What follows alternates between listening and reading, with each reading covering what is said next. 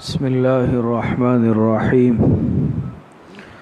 وبه قال حدثنا محمود بن غيلان قال حدثنا أبو داود عن شعبة عن قتادة أنه سمع أنسا رضي الله عنه يحدث عن عبادة بن الصامت رضي الله عنه أن النبي صلى الله عليه وسلم قال: رؤيا المؤمن جزءا من 46 جزءا من النبوة. حضرت عبادہ ابن صامت رضی اللہ تعالی عنہ سے مروی ہے، وہ روایت کرتے ہیں کہ بے شک جناب نبی کریم صلی اللہ علیہ وسلم نے ارشاد فرمایا، مومن کا خواب یہ نبوت کے اجزاء میں سے 46واں جز ہے۔ یہاں سے کتاب الرؤیا کا آغاز ہو رہا ہے۔ اس سے قبل کتاب الفتن کا بیان چل رہا تھا، اب یہاں سے کتاب الرؤیا کا بیان ہے، اور یہ جو روایت بیان کی گئی یہ کتاب الرؤیا کے تحت ذکر کی گئی ہے۔ رؤیا کے معنی آتے ہیں خواب کے، تو گویا کہ یہ جو باب شروع ہوا اس میں خوابوں سے متعلق احادیث مبارکہ بیان کی گئی ہے۔ اس حدیث مبارکہ میں جیسا کہ جناب نبی کریم صلی اللہ علیہ وسلم نے ارشاد فرمایا کہ مومن کا خواب یہ نبوت کے اجزاء میں سے 46واں جز ہے، یعنی نبوت کا 46واں حصہ ہے۔ اور جیسے روایتوں میں آتا ہے کہ آپ علیہ الصلاۃ والسلام نے ارشاد فرمایا کہ خواب یہ نبوت کا 46واں حصہ ہے۔ اس کا مطلب کیا ہے کہ دیکھیں، حضور علیہ الصلاۃ والسلام کے دنیا سے پردہ فرمانے کے بعد اب نبوت کا سلسلہ بند ہو چکا ہے۔ اب نبوت تو باقی نہیں رہی، لیکن سچے خوابوں کا سلسلہ اب بھی باقی ہے۔ اور جب حضور علیہ الصلاۃ والسلام مبعوث ہوئے، آپ کی بعثت کا وقت قریب آیا، تو ابتدائی 6 مہینے تک وحی نہیں آئی، لیکن سچے خوابوں کا سلسلہ یہ چلتا رہا۔ ابتدائی 6 مہینے تک حضور علیہ الصلاۃ والسلام جو خواب مبارک دیکھتے، صبح کے وقت اگلے دن وہ خواب اسی طرح حقیقت میں بدل جاتا بعینی ہی، یعنی حضور علیہ الصلاۃ والسلام کو رات کو جو خواب دکھلایا جاتا، اگلے دن روز روشن کی طرح اس کی تعبیر واضح ہوتی، اور وہ خواب بعینی ہی یعنی اگلے دن اسی طرح واضح ہوتا جس طرح آپ علیہ السلام نے دیکھا ہوتا۔ 6 مہینے تک یہ سلسلہ چلتا رہا اور وحی کا سلسلہ بند رہا۔ 6 مہینے تک سچے خوابوں کا سلسلہ چلتا رہا، پھر اس کے بعد وحی کا سلسلہ شروع ہوا۔ اور یہ بات سمجھ لیں کہ حضور علیہ الصلاۃ والسلام کو نبوت ملنے کے بعد آپ کی حیات مبارکہ کا جو عرصہ ہے دنیا سے پردہ فرمانے تک، وہ کتنے سال ہے؟ 23 سال۔ کتنے 23 سال ہے نا؟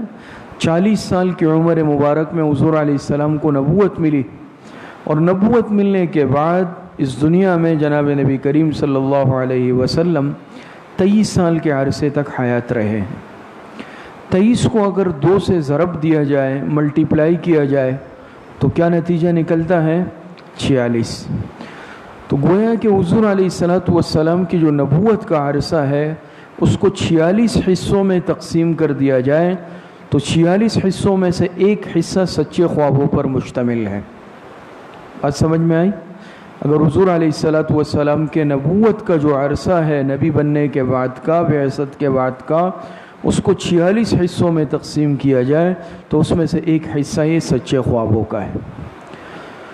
تو بہرحال خواب یہ ایک ایسی چیز ہے جو ہر انسان کے ساتھ ہے، اور ہر انسان خواب دیکھتا ہے۔ دوسری بات یہ ہے کہ خوابوں کی 3 قسمیں ذکر کی گئی ہے۔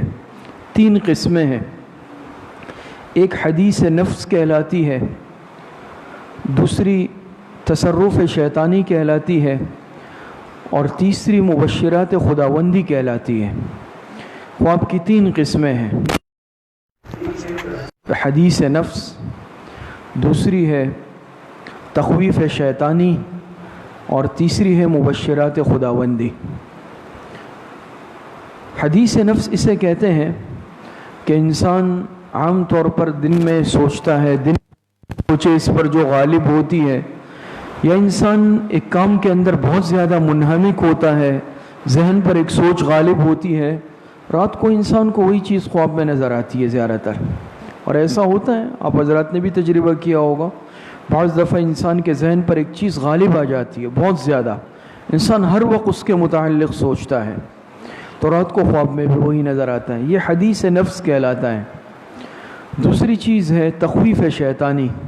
بعض مرتبہ شیطان بھی اثر کرتا ہے، ڈراؤنے خواب آتے ہیں، خوفناک قسم کے خواب آتے ہیں، اور اس طرح شیطانی قسم کے خواب آتے ہیں، اور انسان کے اعمال کا بھی اس میں بڑا دخل ہے۔ تیسری قسم کے خواب ہے مبشرات خداوندی، بشارتیں ملنا، خوشخبریاں ملنا۔ جو انسان جتنے صاف دل کا مالک ہوتا ہے، دل میں تقوی اور پرہیزگاری ہوتی ہے، حرام سے بچنے کا اہتمام کرتا ہے، گناہوں سے بچنے کا اہتمام کرتا ہے، اتنے زیادہ مبشرات اس کو ملتے ہیں، نظر آتے ہیں۔ اچھے خواب، بہترین خواب، خواب میں خوشخبریاں دی جاتی ہیں۔ تو یہ 3 قسم کے ہیں۔ تیسری بات یہ سمجھ لیں کہ جیسے ابھی عرض ہوا خوابوں کی 3 قسمیں ذکر ہوئی، تو اس میں انسان کے اپنے اعمال اور کردار کا بھی بڑا دخل ہے۔ انسان کے اپنے اعمال کا دخل ہے۔ بہت سلو کریں۔ اگر خدا نخواستہ کوئی انسان گناہوں کے اندر مبتلا ہے، بدعمالیوں کے اندر مبتلا ہوتا ہے، تو یاد رکھیں پھر خواب بھی اسی طرح کے آتے ہیں۔ بعض دفعہ ہوتا ہے نا، ساتھی آتے ہیں کہ بہت خوفناک خواب نظر آتے ہیں، میں اچھے خواب نہیں دیکھتا۔ تو اگر خدا نخواستہ اس طرح کا معاملہ کسی کے ساتھ ہے تو وہ اپنے اعمال پر نظر کرے۔ علماء نے لکھا ہے وہ اپنے دن بھر کے اعمال پر، اپنے معمولات پر، اپنے کردار پر، اپنی کمائی پر، ان چیزوں پر غور و فکر کر لیں، اور اس میں اگر خرابی ہے، حرام کمائی کے اندر مبتلا ہے، جھوٹ کے اندر مبتلا ہے، دھوکے میں مبتلا ہے، بد نظری کے اندر مبتلا ہے، ظاہری یا باطنی گناہوں کے اندر مبتلا ہے، فوراً اس کو چھوڑنے کی فکر کرے۔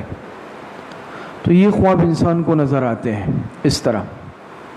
پھر اس کا علاج بھی حدیث میں جیسے بتایا گیا کہ اگر انسان کو کوئی پریشان کن خواب نظر آ جائے، خوفناک ہے، خطرناک، بعض مرتبہ انسان گھبرا جاتا ہے، تو انسان جب اٹھے، آنکھ کھلے، تو 3 کام کرنے ہیں۔ ایک یہ کہ اعوذ باللہ من الشیطان الرجیم پڑھ لے فوراً، اور بائیں طرف 3 مرتبہ تھتکار دے۔ تھتکارنے سے مطلب تھوکنا نہیں ہے، ایسے تھوک تھوک تھوک کرتا ہے نا انسان، تھوک تھوک، ایسے 3 مرتبہ بائیں جانب تھتکار دے، اور جس کروٹ پہ تھا وہ کروٹ بدل لے، تو انشاءاللہ یہ خواب نقصان نہیں پہنچائے گا۔ اس کا علاج بتایا گیا۔ تو اس طرح کا خواب نظر آئے، آنکھ کھلے، 3 کام، ایک اعوذ باللہ من الشیطان الرجیم پڑھنا، 3 مرتبہ بائیں جانب تھتکار لے، اور اپنی کروٹ کو بدل لے، تو انشاءاللہ یہ خواب نقصان نہیں پہنچائے گا۔ تو خوابوں کا اثر۔ دوسری طرف اگر انسان نیک ہے، صاحب اعمال ہے، اور اللہ پاک سے تعلق جڑا ہوا ہے، تو خواب بھی اس طرح نظر آتے ہیں۔ اللہ والوں کو، نیک لوگوں کو اچھے خواب نظر آتے ہیں، مبشرات۔ جیسے آپ علیہ السلام نے فرمایا نا کہ اب نبوت کا سلسلہ تو بند ہے، لیکن سچے خوابوں کا سلسلہ قیامت تک چلے گا۔ نبوت میں سے یہ ایک جز ہے، یہ ایک حصہ ہے نبوت کا، پرتو ہے، یہ باقی ہے قیامت تک، جو نیک لوگوں کو دکھلایا جاتا ہے، اچھے خوابوں کا دکھنا۔ اور تیسری قسم میں نے عرض کیا حدیث نفس۔ حدیث نفس کا کوئی اعمال سے زیادہ تعلق نہیں ہے، کوئی انسان نیک ہے یا برا جیسا بھی ہے، لیکن بعض مرتبہ کسی بھی انسان کا ذہنی میلان اور سوچ کسی طرف بہت زیادہ ہو جاتا ہے۔ جیسے مثال کے طور پہ، ایک مثال کے طور پہ عرض کر رہا ہوں، ایک انسان ہے، وہ کسی پہ عاشق ہے، وہ عاشق ہے، تو اس کو اگر دن بھر وہی اپنی معشوقہ کی سوچ ہے، خیالات ہے، تو خواب میں بھی اس کو وہی نظر آئے گا۔ ایک انسان کا دھیان بہت زیادہ کسی کام، کاروبار، کسی اور معاملے کی طرف ہے، خواب بھی اس کو اسی طرح نظر آئیں گے. بعض مرتبہ امتحانات چل رہے ہیں طلباء کے، اور وہ امتحانات ایک ذہن پہ اس نے لے لیا، بھائی صبح پرچہ ہے، خواب میں نظر آ رہا ہے بھائی وہ پرچہ حل کر رہا ہے. یہ اس طرح کی ایک فطری چیز ہے کہ انسان پر جس چیز کا کیفیت کا دن بھر غلبہ رہتا ہے تو رات کو اس کو اسی طرح کی چیز خواب میں نظر آتی ہے. یہ 3 طرح کے خواب علماء نے ذکر کیے ہیں، اس کی 3 قسمیں ہیں. تیسری بات وہ یہ ہے کہ اگر انسان کوئی خواب دیکھ لے، خواب کی تعبیر کس سے پوچھی جائے یا کس کو بتایا جائے؟ ایک بات تو اس میں علماء نے یہ لکھی، اگر اس طرح کے انسان کوئی خواب دیکھ لے جو نامناسب قسم کے ہیں یا خطرناک خوفناک کے، تو وہ کسی کے سامنے ذکر ہی نہ کیا جائے، اس کو ذکر نہ کیا جائے، بلکہ انسان اپنے اعمال کو سدھارنے کی فکر کر لے. کیونکہ اگر وہ خواب ذکر کیا اور کسی نے غلط تعبیر بتائی تو علماء نے لکھا ہے کہ مشاہدہ ہے کہ پھر اسی طرح ہو جاتا ہے. ہاں البتہ اگر خواب ایسا ہے کہ انسان سمجھ رہے ہیں کہ اس کی تعبیر پوچھنی چاہیے، اور ظاہری بات ہے یہ تو ایک علم، ایک فن ہے، یہ ایک وہابی چیز ہے. خوابوں کی تعبیر پر انشاءاللہ آئندہ کسی مجلس میں بات کریں گے. آج تو خواب کی شرعی حیثیت پر کچھ بات عرض کرنی ہے. یہ ایک وہابی فن ہے، یہ انسان خود سے پڑھ حاصل نہیں کر سکتا. جیسے ایک علم انسان حاصل کرتا ہے کسی استاد سے پڑھ لیا، کتاب سے، یہ ایسی چیز نہیں، یہ وہابی چیز ہے، یہ اللہ پاک جس کو عطا کر دے. اور آپ نے نام سنا ہوگا علامہ ابن سیرین رحمۃ اللہ علیہ کو اللہ پاک نے بڑا ملکہ دیا خوابوں کی تعبیر کا. اللہ پاک نے ان کو بڑی مہارت دی، اور ہر زمانے میں ایسے حضرات علماء بزرگ رہے ہیں جن کو اللہ پاک یہ ملکہ دیتے ہیں. ہمارے بزرگوں میں بھی ماضی قریب میں گزرے ہیں. حضرت قاری ابراہیم صاحب رحمۃ اللہ علیہ جمشید روڈ میں ہوتے تھے، اور پیر رضی الدین صاحب رحمۃ اللہ علیہ کے پیر بھائی تھے، جو ہمارے شیخ واسم منظور صاحب کے شیخ تھے نا، پیر رضی الدین صاحب، قاری ابراہیم صاحب یہ پیر بھائی تھے. قاری ابراہیم صاحب رحمۃ اللہ علیہ کو اللہ پاک نے خوابوں کی تعبیر کا بڑا ملکہ دیا. بڑے بڑے علماء ان سے خوابوں کی تعبیر پوچھنے آتے. تو بہرحال یہ ایک ملکہ ہے. خواب کس سے بیان کیا جائے؟ علماء نے لکھا ہے کہ انسان خواب اگر بیان کرنا بھی چاہے تو ایک تو اس سے جو علم رکھتا ہو، صاحب علم ہو، سمجھدار ہو اور خیر خواہ ہو، ان صفات والا ہو، خیر خواہ بھی ہو اور اہل علم میں سے ہو. اگر خدا نخواستہ بدخواہ سے بیان کیا جو خیر خواہ نہیں ہے، اس کا وہ غلط تعبیر بیان کرے گا. یا اگر خیر خواہ تو ہے لیکن وہ کچھ خود بدھ ہی نہیں جانتا، اس کے پاس علم نہیں ہے، اس کے پاس سمجھ فہم نہیں ہے، تو وہ اپنے طور پر الٹی سیدھی تعبیر بیان کرے گا اور اسی طرح ہو جائے گا. اور بعض دفعہ مشاہدہ ہے، علماء نے لکھا ہے کہ اگر غلط تعبیر بھی کوئی بیان کر دے اسی طرح ہو جاتا ہے. تو کبھی بھی انسان ہر ایک کے سامنے اپنے خواب بیان کرتا نہ پھرے. خواب بیان کرے تو میں نے ذکر کیا نا کہ کن صفات کا حامل ہو، خیر خواہ ہو اور اہل علم میں سے ہو، اہل فہم میں سے ہو، سمجھدار، متقی اور اہل علم میں سے ہو، خیر خواہ بھی ہو، بدنیت نہ ہو. چوتھی بات یہ ہے کہ خوابوں سے متعلق 2 طبقے ہیں، یا اگر ہم کہہ دیں کہ افراط و تفرید کا ہم شکار ہو جاتے ہیں. ایک طبقہ وہ ہے جو سرے سے اس چیز کا انکار کرتا ہے کہ خوابوں کی کوئی حیثیت ہے ہی نہیں، وہ اس کو اہمیت نہیں دیتا، وہ اس کو بالکل ایک بے اہمیت چیز سمجھتا ہے کہ یہ تو بس ایک خواب ہے، رات کو سو گئے دیکھ لیا، باقی اس کی کوئی حقیقت حیثیت نہیں ہے. تو یہ بھی غلط ہے. اگر ایسا نہیں ہے یا اس کی حیثیت نہیں ہے تو آپ علیہ السلام نے نہیں فرمایا کہ سچے خواب نبوت کا 46واں حصہ ہے. حدیث میں آپ علیہ السلام نے فرمایا کہ سچے خواب نبوت کا 46واں حصہ ہے. اور اسی طرح ہے، اور حدیث میں آتا ہے کہ آپ علیہ السلام نے فرمایا کہ اچھے خواب یہ من جانب اللہ ہوتے ہیں اور برے خواب یہ شیطان کی جانب سے ہوتے ہیں. تو اس طرح کا نظریہ رکھنا کہ اس کی کوئی حیثیت ہی نہیں ہے، بس انسان نے جو دیکھ لیا اور اس کی کوئی حقیقت نہیں ہے، تو یہ سوچ غلط ہے. خوابوں کی بالکل حقیقت ہوتی ہے. اور حدیث میں نہیں آتا آپ علیہ السلام نے فرمایا کہ جس نے مجھے خواب کی حالت میں دیکھا تو گویا ایسا ہے کہ اس نے مجھے ہی دیکھا، کیونکہ شیطان میری صورت میں نہیں آ سکتا۔ تو جس نے حضور علیہ الصلوۃ والسلام کی جس خوش قسمت نے زیارت کی، یقینی طور پر اس نے آپ علیہ السلام کی زیارت کی۔ تو خوابوں کی حیثیت ہے، اس کو بالکل بے حقیقت بے حیثیت سمجھنا یہ نظریہ اور سوچ غلط ہے۔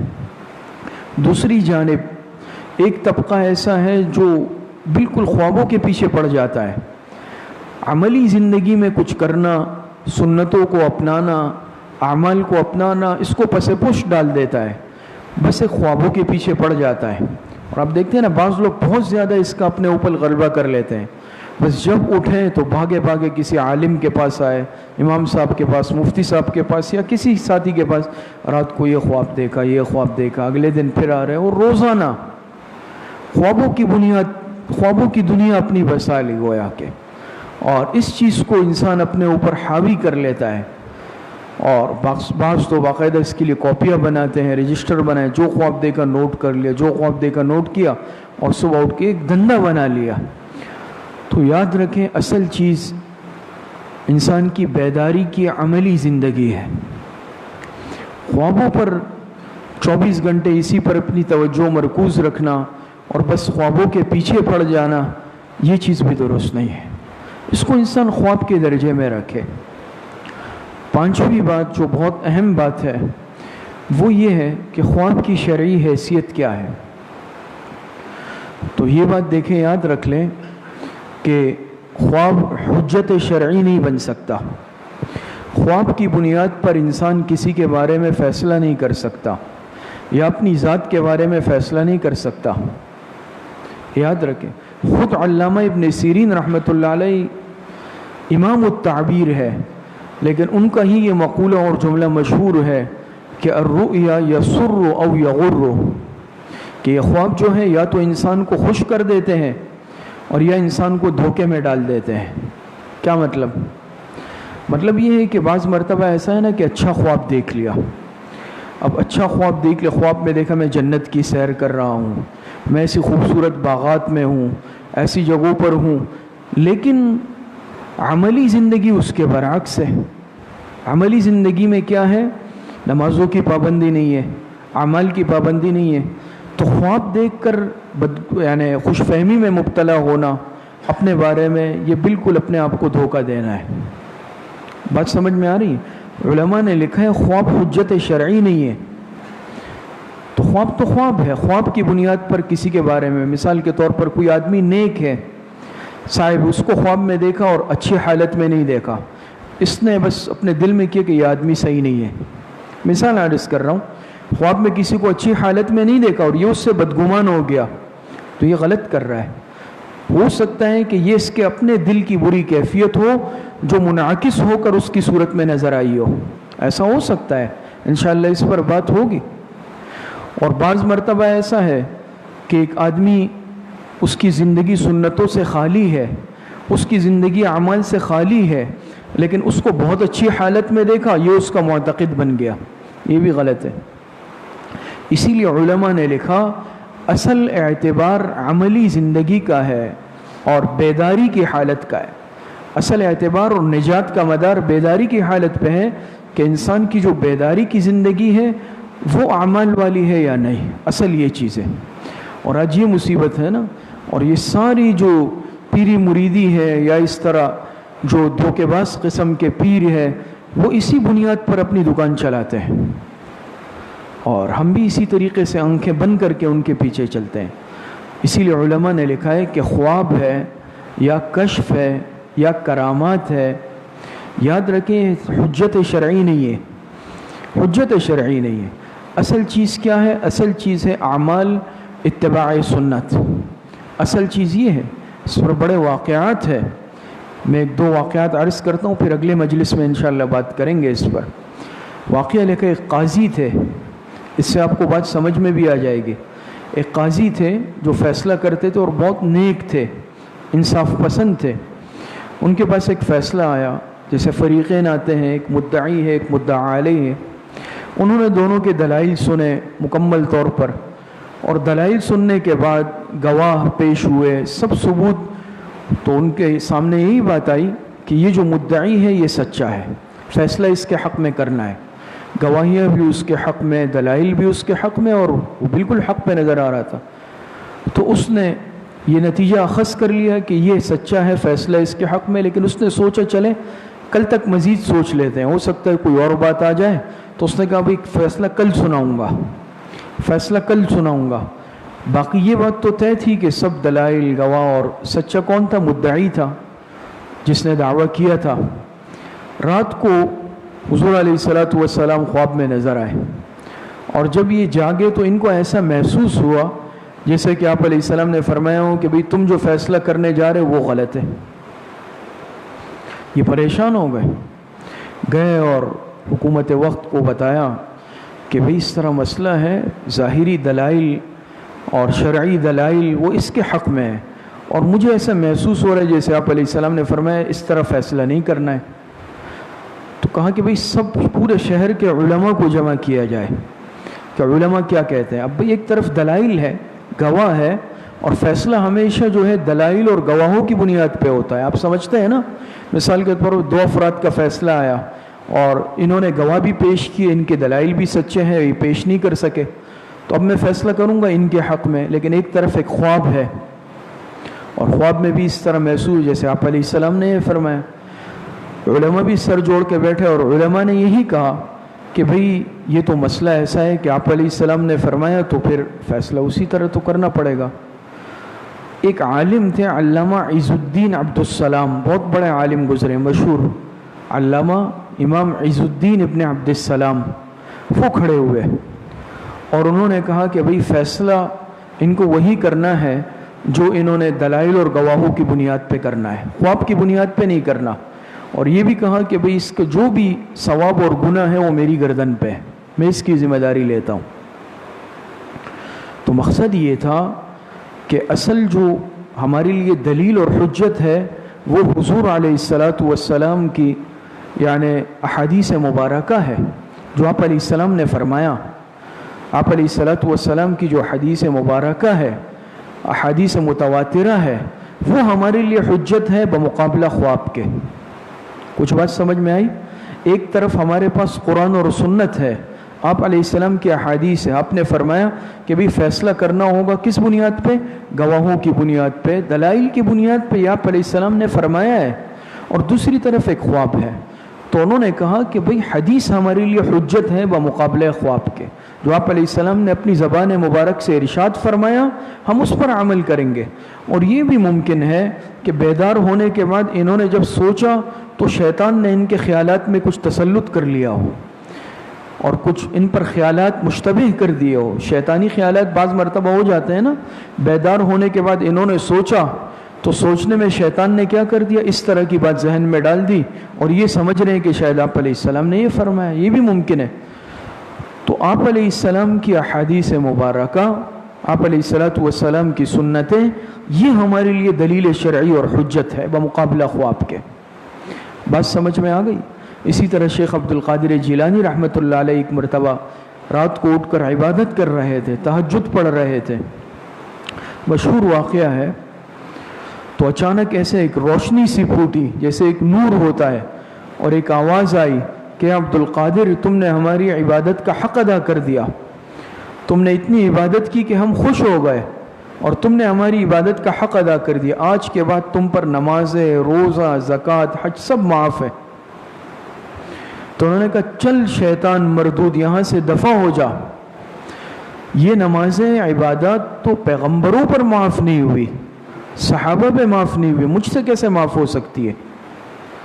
تو لکھا ہے کہ اس کے بعد اس سے زیادہ ایک روشنی نمودار ہوئی، نور پھوٹا، اور پھر آواز آئی کہ عبد القادر تمہیں تمہارے علم نے آج مجھ سے بچا لیا، تمہیں میں گمراہ کرنے والا تھا لیکن تمہارے علم نے تمہیں مجھ سے بچا لیا۔ شیخ عبد القادر جیلانی رحمۃ اللہ علیہ نے جواب دیا چل مردود یہاں سے، مجھے میرے علم نے نہیں بچایا، مجھے میرے رب نے بچایا ہے۔ علماء نے لکھا ہے دوسرا وار پہلے وار سے زیادہ خطرناک تھا، کہ پہلا وار بھی کیا، پھر اس کے بعد دوسرا وار کیا، علم کے عجب میں مبتلا کرنا چاہا، لیکن بہرحال وہ بنے ہوئے لوگ تھے۔ شیخ عبد القادر جیلانی کا ایک مرتبہ تو دیکھیں شیطان تو انسان کے ساتھ لگا ہوا ہے. تو عرض کرنے کا مقصد یہ ہے کہ بعض مرتبہ ہم خوابوں کی بنیاد پر فیصلے کرنے لگتے ہیں. ٹھیک ہے، خوابوں کی اپنی ایک تعبیر ہوتی ہے، اور اسی لیے علماء نے لکھا کہ خواب انسان نیک صالح اہل علم سے ذکر کرے. کیوں؟ وہ حتی الامکان اس کی تعبیر اچھے انداز میں کرے گا، وہ حتی الامکان اطمینان دلائے گا، وہ پریشان نہیں کرے گا. ایسا ہوتا ہے نا، انسان خواب بیان کرتے ہیں، مفتی صاحب کہتے ہیں ماشاءاللہ بہت اچھا خواب ہے، یا کہتے ہیں بھئی اللہ خیر فرما دے، اللہ عافیت. یہ نہیں کہیں گے بھئی یہ تو ایسا ہو گیا، ایسا ہونے والا ہے، ایسا کبھی نہیں. اسی لیے انسان کبھی جاہل کے سامنے یا پھر انسان کا بدخواہ ہو، دشمن ہو، حاسد ہو، اس کے سامنے خواب بیان نہیں کرے. تو انشاءاللہ باقی خوابوں سے متعلق تفصیلات، تعبیر سے متعلق آئندہ دروس میں انشاءاللہ عرض کریں گے. آج یہ بات خلاصے کے طور پر آپ حضرات سمجھ لیں کہ خوابوں کی 3 قسمیں ہیں. اور دوسری بات یہ ہے کہ خواب یہ حجت شرعی یا دلیل شرعی نہیں بن سکتا کہ اس کی بنیاد پر انسان کسی کے اچھے یا برے ہونے کے فیصلے کرنے لگ جائے. اللہ پاک صحیح عمل کی توفیق عطا فرمائے. الحمدللہ رب العالمین والعاقبۃ للمتقین والصلاۃ